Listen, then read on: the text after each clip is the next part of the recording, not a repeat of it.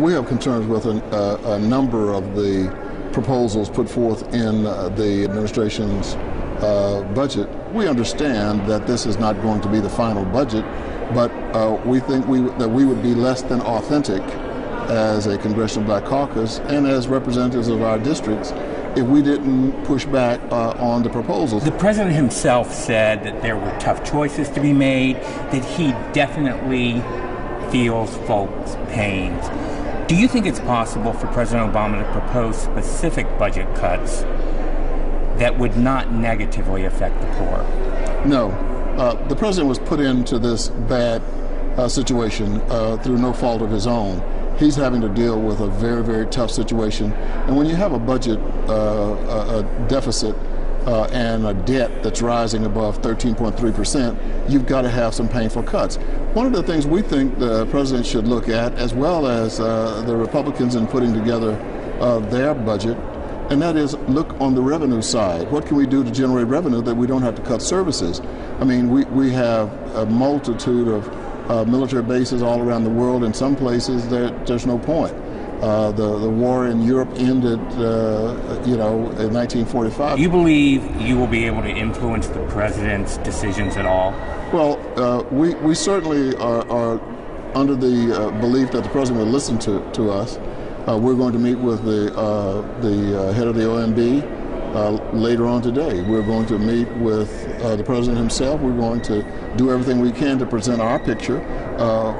We put together our own deficit commission and debt commission, and they've issued a report that we're going to also present. We think that what we've done was done intelligently and thoughtfully, and we hope that we can impact the White House. Now, understand, nobody believes that this budget that the president presented, not even the president, is a budget that's going to be accepted. I mean, that's just not going to happen. It never is the way things happen.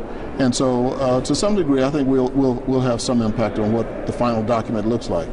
I believe you said that if the president were still a member, that he wouldn't even be able to support this budget.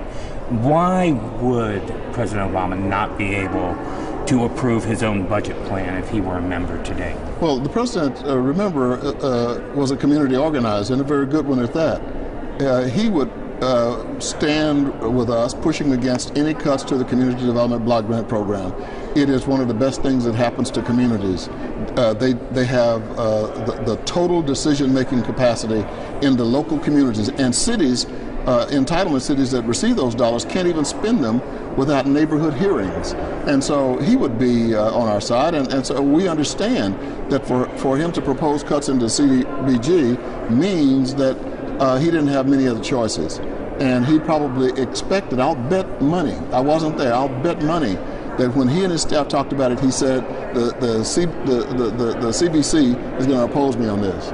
And I understand. So there's not, keep in mind that disagreement doesn't equal disaffection. Our alternative budget has been presented each year for the last 17 years, and we will present one again sometime in late March. Our budget is going to be a budget that leans toward the individuals in our country who are now vulnerable. And contrary to popular belief, it's not just African Americans. We will meet with him. It'll be a very serious meeting, but it's also going to be a very cordial meeting because we understand, perhaps more than others, where he is and what he has to do in order, to create credibility. I mean, if he came out with a weak budget that caused Democrats to jump up and down and cheer and say, "Right on, Mr. President," that would be the worst thing that could happen to him, because it would suggest to Republicans and probably to the people around the country that he was not serious.